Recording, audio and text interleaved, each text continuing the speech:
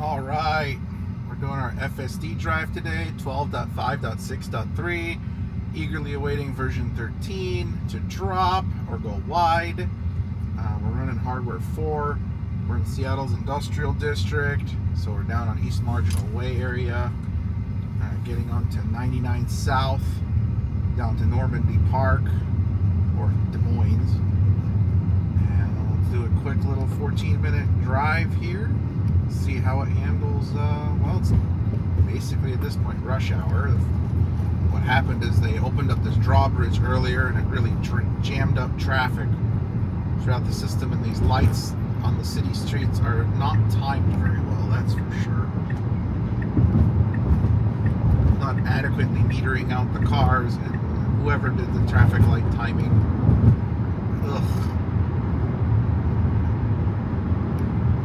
They're not timed very well, or they did the best they could do. And they're like, all right, it is what it is.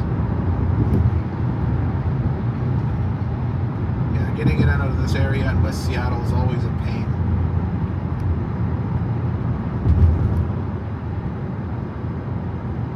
And then if we look up ahead, that's the Myers Way, White Center. There's cars piled up all the way up that hill to take their right turn up the hill. Even with the West Seattle Bridge back open, it's never been easy. And we just went through, 2 years of the West Seattle Bridge was closed because of some cracks. They had to fix it. It was brutal. All right, cabby, let's go.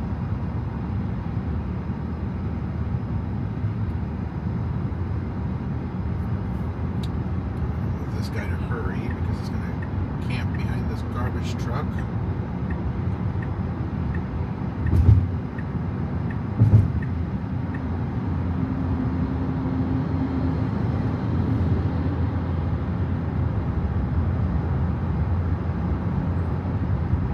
I've been kind of toggling between the standard and hurry. Sometimes hurry just gets into the left lane, but then doesn't move out of it because it only does 5-6 miles over, and traffic wants to do 10 to 15 over. So we'll see what it does. Right now it's been smoothed out a little bit. It doesn't want to left lane camp, but that's my pet peeve.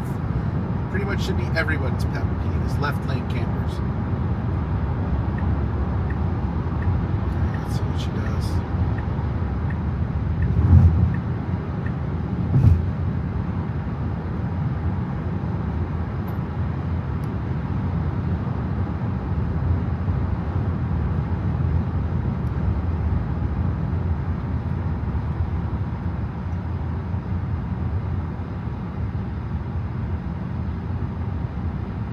Doing pretty well so far. Since we got some dead air, Tesla has been roaring today. We're up about 15 points. Last few hours of trading, it made up that last, I think, $10. It was opened, was hovering around 5.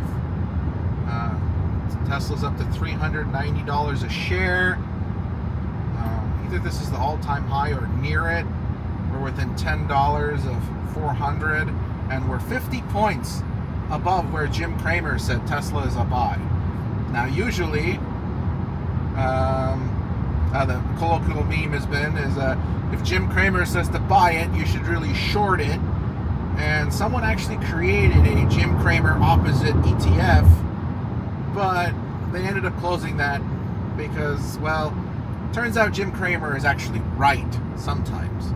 And we always see the clips of him getting it wrong, but if you actually followed his advice, you're actually doing okay, but he's not beating the market per se. So if you're doing all of this work on your own to pick and choose the winners, you might as well just invest in an S&P 500 or a Dow Jones Industrial Average, because those are going to give you basically a guaranteed 12% running average year over year or decade over decade, as the market performs through the cycles, and you don't have to do anything. It's self-managed. Because the market is growing 10 to 12% a year with productivity gains and all of that jazz.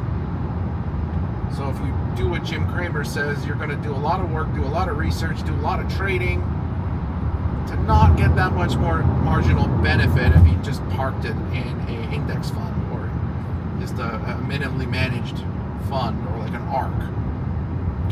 Well, ARK Invest is speculative, so that one goes up and down with the moons of Cathie Wood and the stocks that they're in.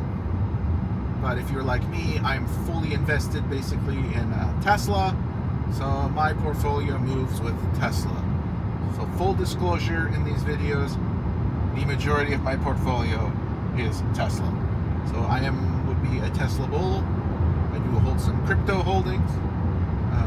You do you, but I am very bullish on Tesla from what I've documented here. And it'll get very boring very soon. It already is. These drives are uneventful now. And once they figure out those edge cases and how to get through rush hour traffic efficiently, it's game over. They're going to get the robo-taxi. They're going to get the South. Anywhere with reasonably decent weather, you're going to be operating 90-95% of the day with minimal downtime. Only in like Florida or when there's severe weather or rain, they're going to be pulled off until they can figure out. Good job, FSD. Well, it might be setting up for the exit because we're only 0.4 miles away, but there was no one behind us either. So this is the way you should be driving. Pass the cars, get to the next slow car, and then use the fast lane. So that would be a very German motorist. In the United States, we don't follow this rule. We just do whatever, and we're bad drivers.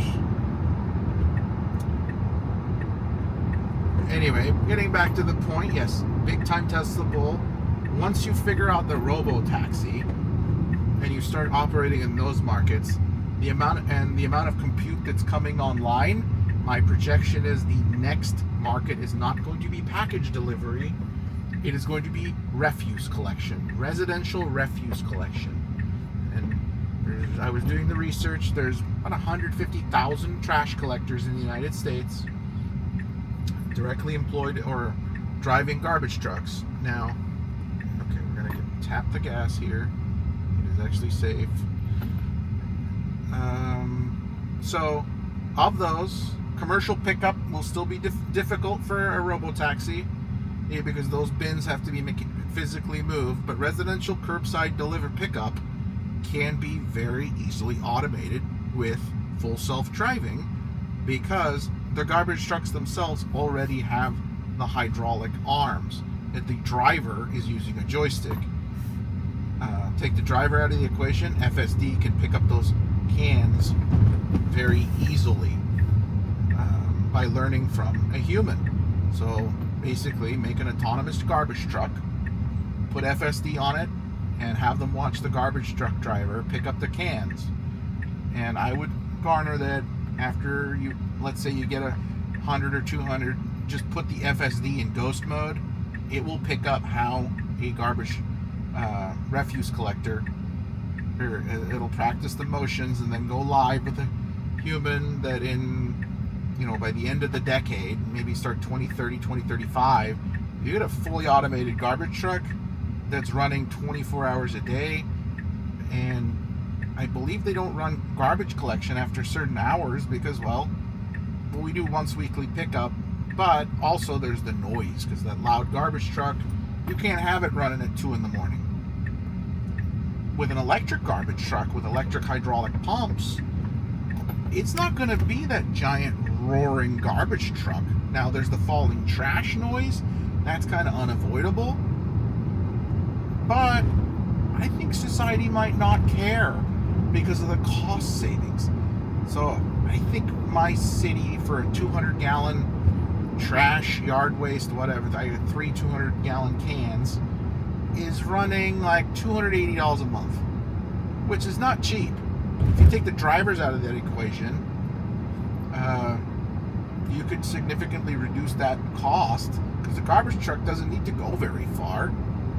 Our municipal garbage trucks, they originate from one city over, so for the most area, they're always either going to be close to their depot or close to a landfill.